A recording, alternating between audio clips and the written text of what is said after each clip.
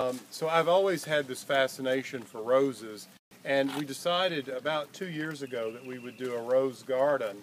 But I wanted to do something that was more meaningful than just another rose garden on the planet. And we've been working with Conard Pyle and the Knockout Rose people for a long time, and I've known Steve Hutton, who's the owner of Conard Pyle, for years. And he's a very good horticulturist and really a great supporter of our industry in lots of ways. And so I was talking to Steve about my interest in the noisettes, and that I would like to do a collection of roses. And so out of that conversation, I decided that we would create a rose garden. At that point, my family does go back to the 17th century to Charleston. That's when they first came from England. And the first American class of roses was developed in Charleston. And it was a collaboration between a fellow by the name of Philippe Noisette and William Champneys, who was a planter. And they did a cross between a hybrid musk and a China rose that had just come to America about 1794 or so. And this was called Old Blush. And so it was this wonderful union of these two roses which began the first American class of roses that became known as the noisettes.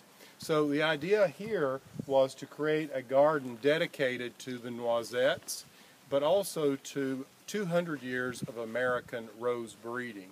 And so what we're doing is we are collecting all the known noisettes, and we are working with Monticello.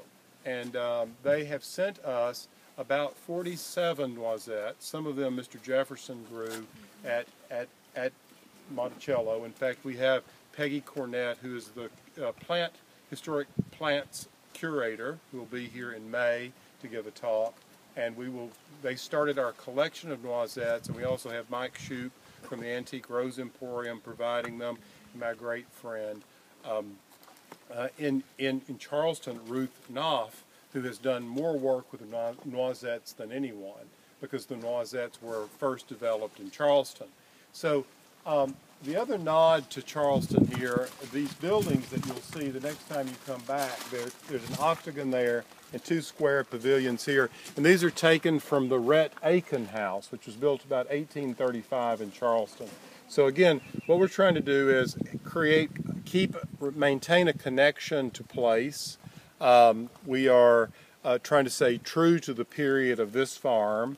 And we are using the first class of American roses from around 1805 to 1810, and then we are planting some of the best of the roses from 1905 to 1910 of American rose breeding, mainly of the hybrid teas, and then 100 years later that brings us up to about 2005 to 2010 with Drift and Knockout, which represents what I think is fantastic rose breeding, because those roses have really brought roses back into the American garden because of their disease resistance.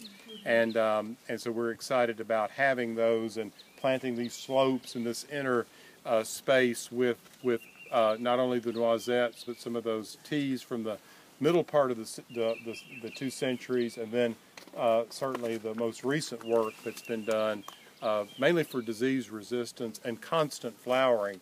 And when you take a walk around the gardens this afternoon after we finish and before supper, you'll see a lot of the knockouts represented. We have all the members of the knockout family, and there are a lot of noisettes blooming in the garden as well.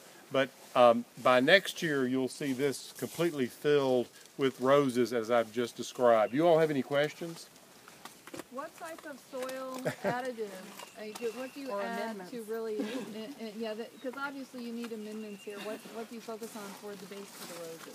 Well, we have a river farm here. This is a 650-acre farm, and the original part of the farm included a river farm, which is just down off the slope here, where there are a lot of row crops grown in very rich delta soil. So that's the base of the soil. Then we're using ProMix and we're using composted rice hulls. Awesome. That we grow lots of rice here in Arkansas, and then of course we'll be amending it with Job's fertilizer. So that's roughly the mix. We'll also add some sand to it as well to get the texture of it. You want to be able to squeeze the soil and open up your hand, and if it all falls apart and crumbles, then that's what you end up with. Thank you. So the gates are finished. We had the most marvelous artist, blacksmith by the name of Stuart Shield, craft these gates. The bonnet that you see here at the top is actually a bonnet that I found in a junk shop 20 years ago. Stuart reckons that it was built about 1830, which fits our period, based on the way in which that bonnet was created.